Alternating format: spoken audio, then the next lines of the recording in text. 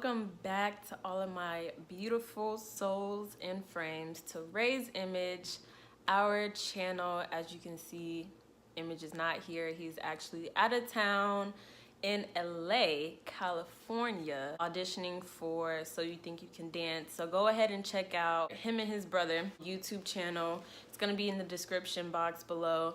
But as you can see by the title, this is a story time.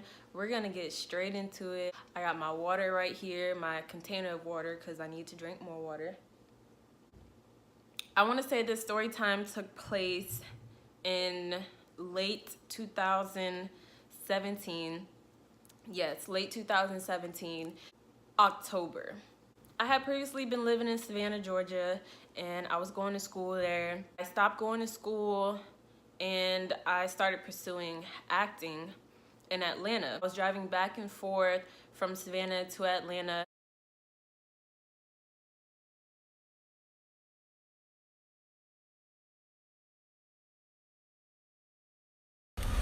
We've been here for so long. We don't turn our cars off. Everybody turned their cars off except for this person. We just sitting. I decided that, it'll be way easier for me if I just moved to Atlanta. I made that decision. At the time, I was really good friends with someone. I'm not gonna say any names. It was a guy. No, we were not dating. We had basically, been chopping it up and kind of thought, well, why not move in together? He needed to move back to Atlanta too. We were both pursuing acting, so we just thought it was a good idea. At the time, I'd known him for almost a year, almost the whole year. I felt like we really, when you feel like you really just with somebody, you all really click and everything is okay. I invited him out to dinner with my family before. I talked to him about it. I went to a visit him and he had his own apartment at one point in time. I know what y'all are thinking already. Me thinking that I could live with him was it just made sense. I saw that he had an apartment previously, so maybe he he had possibility to maintain another apartment. I did have a roommate in Savannah, Georgia at my apartment there. Our lease had just ended. We were about to move out and everything. I had all my furniture moved out of our apartment, all of my belongings, bed frame, bathroom, everything. And I had put it into my parents' house. This was a move that I felt like was needed because I was spending so much gas money. When I started doing casting calls, January 2017, that was when I stopped going to school and actually started pursuing acting. I had never made that much money in my life. So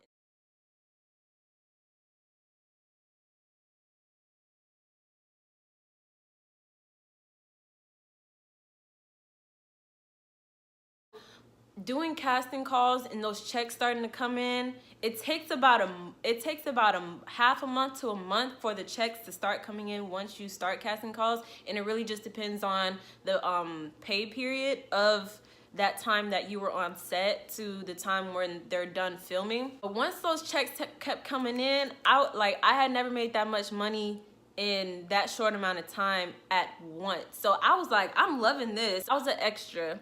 Being an extra and working background in a TV show, movie, Netflix series, whatever it may be, it's easy money, okay? Anybody can do it. Anybody at any age. You could be a toddler, you could be 76. It doesn't matter. You know why? Because movies, television, they always need background and other extra actors to portray real life.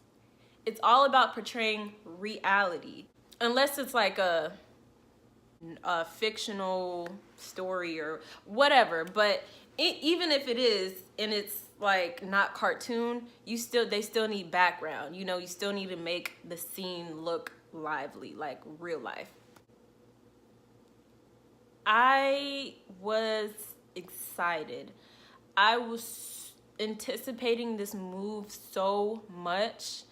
I dreamed about it because this is my dream. Acting, pursuing acting, singing, whatever. It's being an entertainer, period, and letting people hear my voice, period, is my dream. The day that we're supposed to move in, I had a list of apartments and I narrowed it down to about 3. Me, this guy, and my mom, all 3 of us went to see the original apartment that I had looked at and felt like was a good fit for us as far as like our budget and everything, and even the floor plans were nice. Come to find out that, you know, my mom made too much money and they kind of like upped the price on us, because the lease was going to be in my mother's name, but this guy and myself were going to pay for it. We just couldn't work things out the way we wanted to for it to be in my name or for it to be in his name. I had one backup apartment that was literally 5 minutes down the street from that one. So we went to my backup apartment and it was a perfect fit. We ended up starting to sign papers and everything for that apartment, man. I was ready to move, okay? So ready. We made a date, time to move in and everything. I got all of my stuff, well, most of my stuff packed into my car. My furniture was packed into my dad's truck, and then I had even more furniture packed into my nanny's truck. My nanny is my grandmother, but I call her nanny. I drove my car. My mom was driving my dad's truck, and then my dad was driving my nanny's truck. So we were literally like a 3-car trip, Atlanta from Little Issy, Georgia. 4.5 hours. We are on our way. This is moving day. And you know, something in my gut was just kind of like, why is he not texting me back? Why is he not answering my calls? Like, I'm telling him we're about to be on our way. You know, are you ready? I'm just letting you know I'm on my way up there. Call me back, texting him. Are you ready? It's the big day. I know you ready. Let's get it. You know, I'm excited. And he's not answering my texts. He's not calling me back. He's not answering my calls. I didn't let that stop us. I was like, come on, we woke up at like 6:30 that morning just to get there on time for the move-in time. I am in the back. My dad was in the front. My mom was in the middle of us. I get a text from this guy. And he says, I'm sorry, but I can't be your roommate.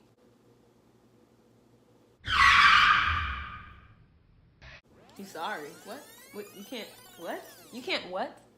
I had to hurry up and call my mom and my dad and tell them to pull over into this gas station that was coming up on our right. We pulled over and they were like, you know, what's going on? They got out of the car, was like, what's going on? And I said, just hold on, just wait. Everything is happening so fast right now. I texted him back, why? See, and this is the thing, he didn't even have the guts to call me. But all that I'm about to say to you right now, this is all over text message. And I'm just texting him, waiting, like trying to figure out what is going on. Why, what's going on, what do you mean? He says, I don't have my side of the rent, because we were gonna split rent, and that's how it was gonna be. That was the deal that we made, that we would split the rent.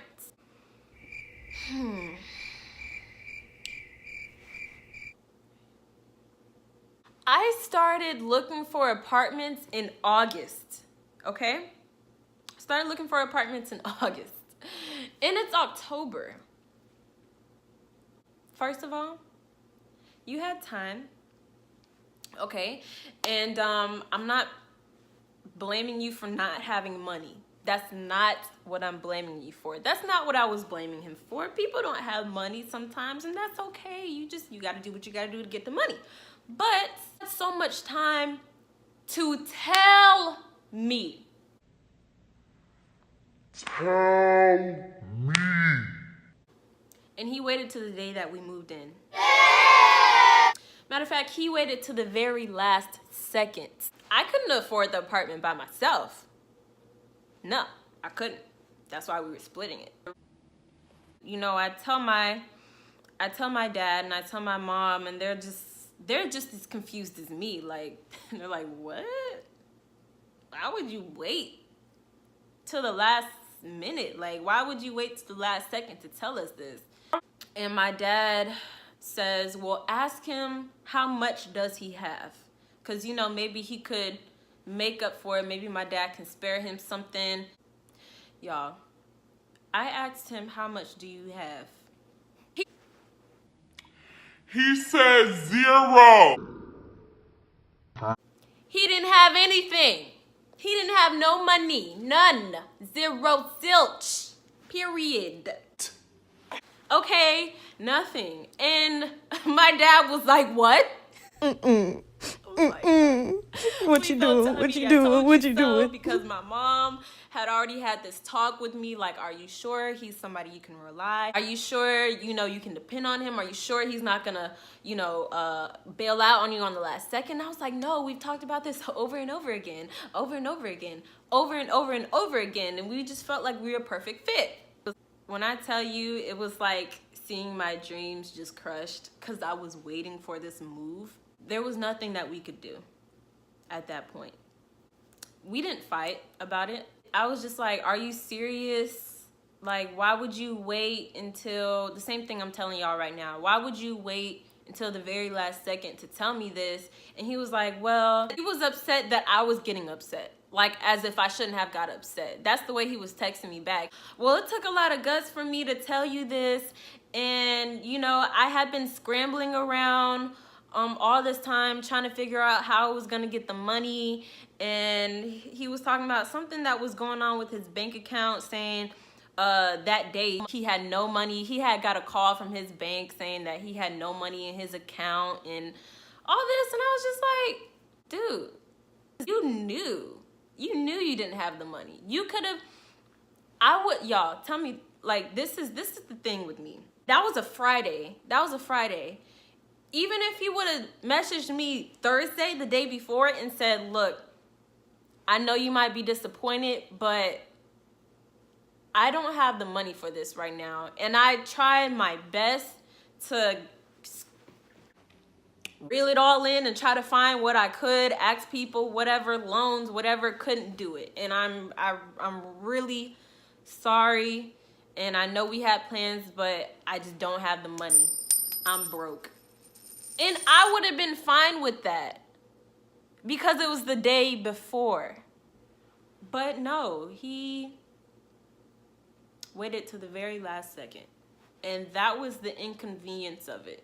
The fact that my lease was up, all my stuff was out of my apartment, pushed into my mom's. Now it's all in our cars, in our vehicles. It's how ready we were. We were already on the way. We had to turn around, go back, push all this stuff back into the house, literally forcing my life in my parents' house. Like, what made it even worse was that he said it took him a lot to just text me that and tell me that he didn't have the money, but it really would have been easier for him if he would have told me a long time ago. I started looking in August.